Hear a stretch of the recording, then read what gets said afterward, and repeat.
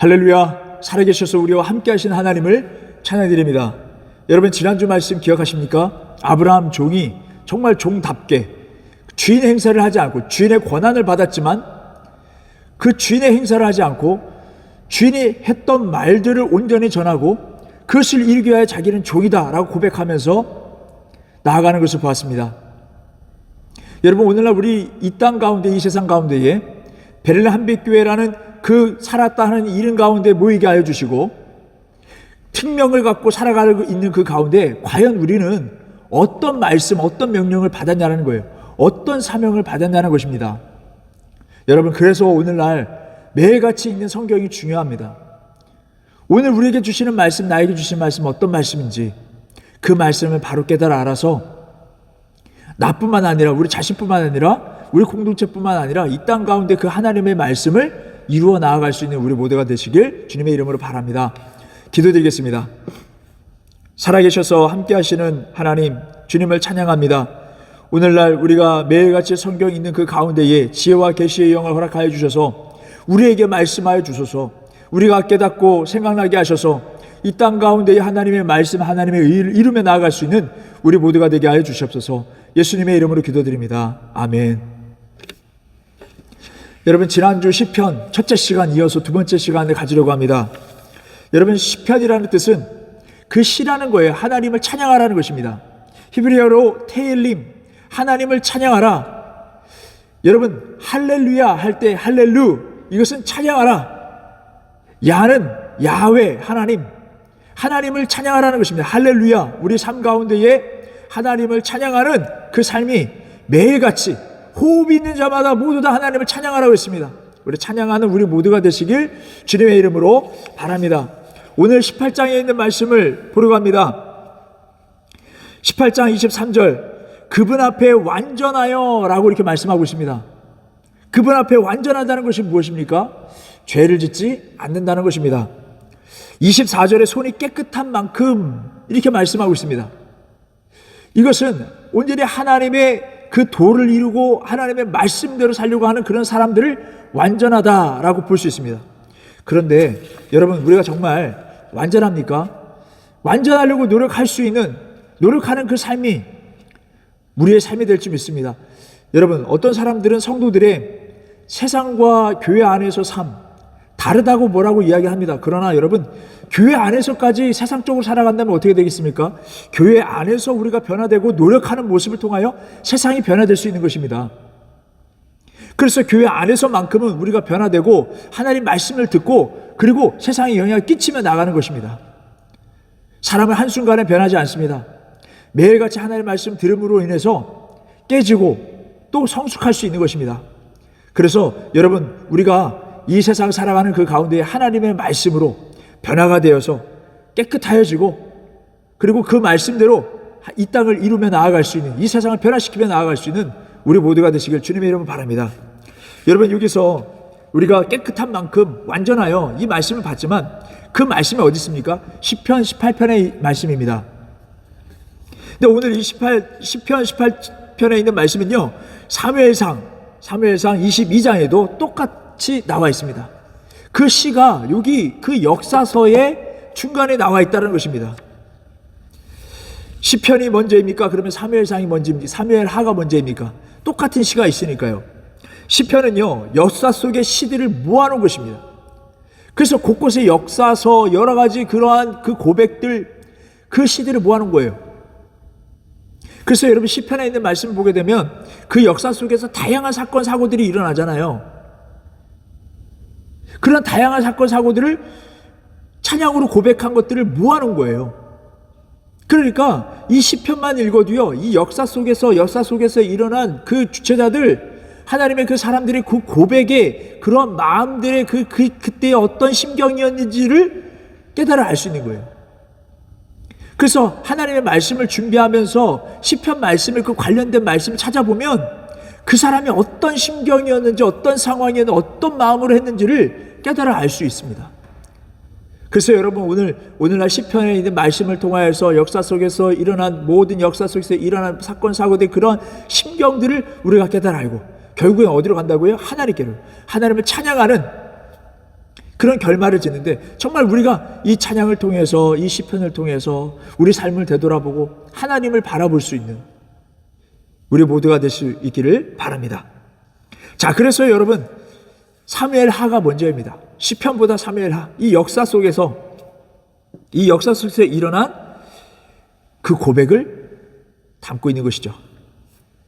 사무엘하 22장은 다윗에 관한 이야기입니다. 다윗의 찬양을 그대로 올려놓은 것입니다.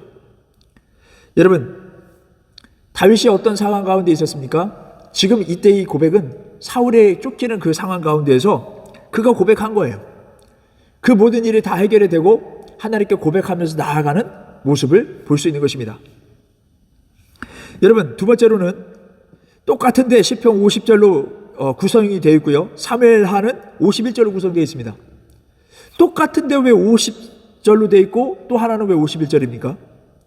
지난주 여러분 시편 그 말씀 보게 되면은 그 표제문이라는 거 있었습니다. 시편 시작하기 전에 조그마한 글씨로 이 시는 어떻고, 그리고 쓰여진 이유는 무엇이며 부르는 방법은 무엇이며 요구사항들이 있다라고 이야기했죠. 그것이 표제문인데, 그 표제문이 사무엘하에서는 1절로부터 시작하고 있습니다. 그러니까 표제문이 거기 없는 거예요. 역사니까, 역사서니까 써내려가는 거예요. 써내려가는 그 가운데 다윗의 시 고백을 넣어놓은 거예요. 근데 어떻다고요? 시편은요, 그것들을 모아다가 수집해 놓은 거예요. 그것을 빼가지고 모아놓은 거예요. 그러니까 딱 보니까 이 시는 집 표제문의 내용이 될 만한 그 내용이 1절에 와 있으니까 그것을 빼서 표제문으로 올리고, 다음 2절부터 시편에서는 2절이 사무엘하 2절이 1절로 해서 쭉 내려간 것입니다. 그래서 좀 더 우리가 어떤 시였는지, 어떠한 상황에 쓰여져 있는지를 알 수 있도록 그렇게 정리한 것이죠. 그래서 여러분, 시편에 있는 이 말씀 그리고 사무엘하에 있는 말씀이 요절이 틀리다는 것을 알 수 있습니다. 한 절 차이라는 것을 알 수 있습니다. 크게 두 번째로는요, 다윗이 죄 짓기 전에 쓴 것입니다. 죄 짓기 전에 사울에게 쫓길 때죠. 사울에게 쫓기고 그 가운데 그때는 다윗은 정말 깨끗했던 사람이죠. 문제가 없었던 거죠. 죄 짓기 전에, 밧세바를 통해서 죄 짓기 전에 정말 순결하고 깨끗한 그 상황 속에서 하나님께 찬양하며 나아갔던 것이죠. 그런 가운데에 자신의 공의를 드러냅니다. 그 공의를 하나님께서 보셨다. 그리고 깨끗한 만큼 도우셨다. 나를 도우셨다라고 고백할 것입니다. 정말 깨끗했을 때, 정말 흠이 없을 때, 정말 하나님 앞에 쓸 수 있고 하나님이 이렇게 생각하시지 않을까라는 그런 고백들이 아닐까 생각이 듭니다. 성령이 충만하고 기쁘고 감사하고, 누가 기뻐하라 감사하지 않아도 내 마음속에 항상 일어났을 때 하나님이 늘 함께하는 것 같고, 그때의 다윗의 모습이 아닐까라는 생각이 듭니다. 근데 여기서 우리가 알 수 있는 것은 이렇게 깨끗하고 성령 충만하는 그 가운데 사울에게 쫓겼다는 거예요. 이 사건을 통해서 여러분, 시험이 올 수 있다는 것입니다. 시험이 올 수 있다는 거예요. 근데 놀라지 마십시오. 사무엘하 22장에 있는 이 시, 22장 이 역사서 속에 있는 다윗의 찬양, 그 시를 보게 되면요, 그 고난이 딱 두 절로 표절되어 있습니다. 표현되어 있습니다. 참 어렵고 힘들었다. 딱 두 절. 참 고난이었다. 두 절로만 나와 있어요. 그리고 뭡니까? 1절부터 18절에 있는 말씀, 하나님의 도움이 엄청났다는, 큰 능력으로 나를 도우셨다라고 고백하고 있습니다. 또 32절에서 50절에 있는 말씀 보게 되면, 그러면 어떻게 도우셨느냐? 하늘을 가르고 내려오셨다라는 거예요. 하늘을 가르고 내려오셔서 직접 그 적들을 섬멸하시고 활을 쏘시며 그 적들을 섬멸하셨다. 그가 고난을 받고 있지만은 그의 찬양을 봤을 때는 찬양이 더 커요. 하나님을 영화롭게 하고 하나님의 능력을 찬양하고 있습니다. 얼마나 은혜가 되는지요, 여러분. 우리 삶 속에 많은 고난과 역경이 있지만은 고난보다 감사와 찬미가 더욱 일어나길 소망합니다.